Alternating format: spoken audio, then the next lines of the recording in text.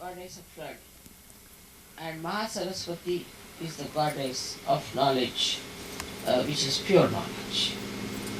Now, the goddess of learning, Saraswati, has got four arms. She wears white clothes because it's a sign of purity. She is a virgin. Then she has in her hand the veena. That is the instrument which was the first instrument that was created by the gods to play the classical music, or you can say the music that was appreciated by the gods. So that's one is veena. And the two other hands are, one has got a rosary in the hand.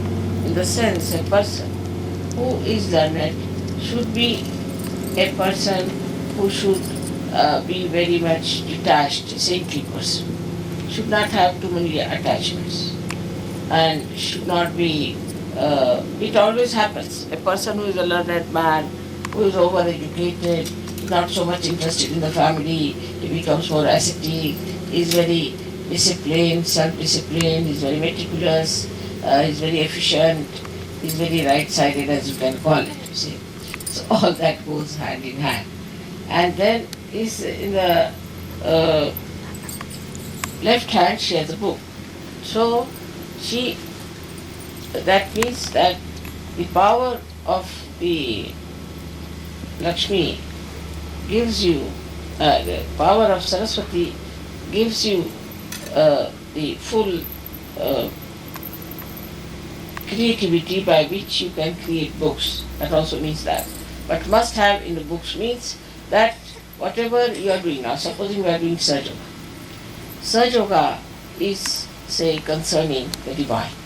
So we must know what are in the books, means in the scriptures. We must know how it relates to the scriptures. Like it should not be something just coming like a mushroom knowledge, but it should be related to the books, means which is already written down, which is already being typed, being printed. But that doesn't mean that it is a bookish knowledge, but it is whatever you have found out, whatever you have discovered has to be related to the books, and that is the power she gives us, that she relates. Like you must have read many books where there are quotations. Even I use many quotations, and I give you now all this knowledge is already part of it, I should say, not all of it, but part of it is from the books, in the sense it is written about Saraswati and everything. So one must learn how to respect the books, especially the scriptures, and she is the one who gives you the penetration power into these books to know what is the truth and what is not. Penetration power to understand what is written between the lines, what is the subtle meaning of the whole thing. That is the power of Saraswati. There's another power she has is Vakshakti, by which you give speech. She's the one who gives you the power to speak.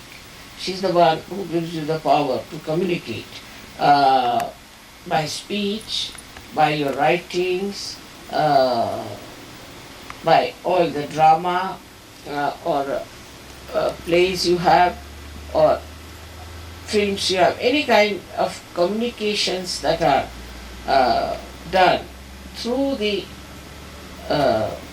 power of Saraswati has that intellect behind it, and that intellect comes from her power.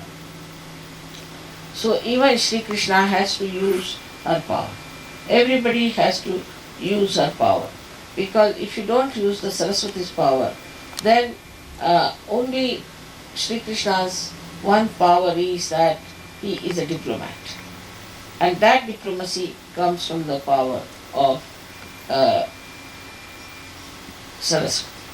So everybody, whosoever you find as brilliant, is actually has been endowed with this power of Saraswati. The people who are worshipping Saraswati have to be detached people. Because those who are learned, those who are artists, those who are producing art and all those things, are not so much rewarded in their lifetime. So if they are detached from Lakshmi, if they are detached from things, then they just produce it for their own joy. They don't worry how much money they are going to get. So the Lakshmi's powers are to give you a great learning, to give you a great understanding intellectually, and to give you a kind of a personality that outshines others by your brilliance. But it may not give you money.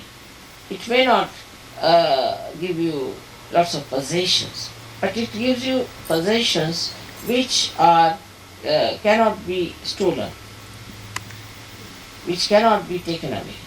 And she is a person of humility. So the person who is learned has to be humble. If he is not humble, then he is not learned, according to the principle of uh, Saraswati. She has, the person who is very much learned has to bow down with the fruits of his learnings. So that a person who is learned and thinks well of himself is a person who has not yet learned fully. He is a half-baked person. And that's why a egoist cannot be a learned man. Learned man is always extremely humble. That is the sign, because she is the power which gives you humility. Not humility of a businessman, but a genuine humility she gives you. There are so many qualities, and I think I'll be able to write one day about them.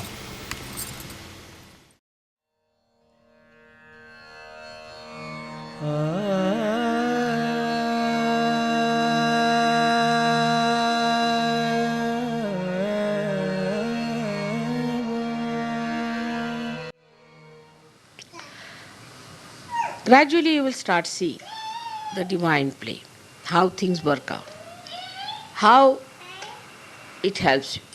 But supposing God has brought something before you. Dr.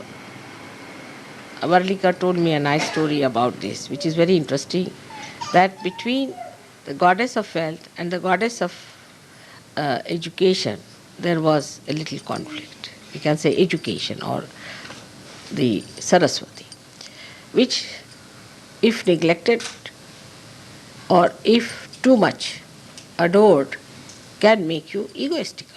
In the sense that if you become a person who is after learning, you can be thrown on the other side. So this lady wanted to test the power of wealth.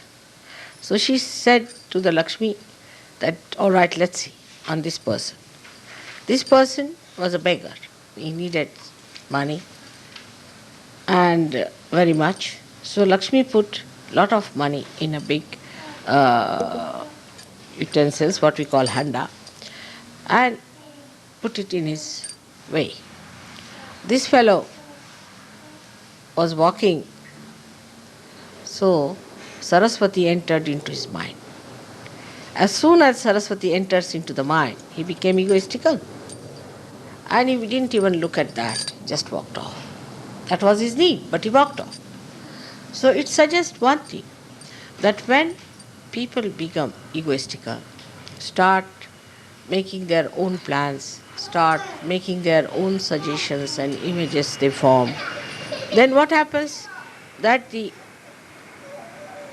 divine, which is trying to supply for your need, for your wants, for your solutions, disappears. This is what happens, that we do not allow the divine to have its play. This is not only on material level. It is true also on emotional level. It is true also on our physical level.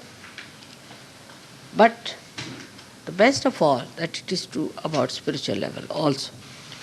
So we should not miss the point. Let the divine play its role, and we should be able to see. Like Krishna has said, karmanyeva adhikaraste. It is our job to do the job.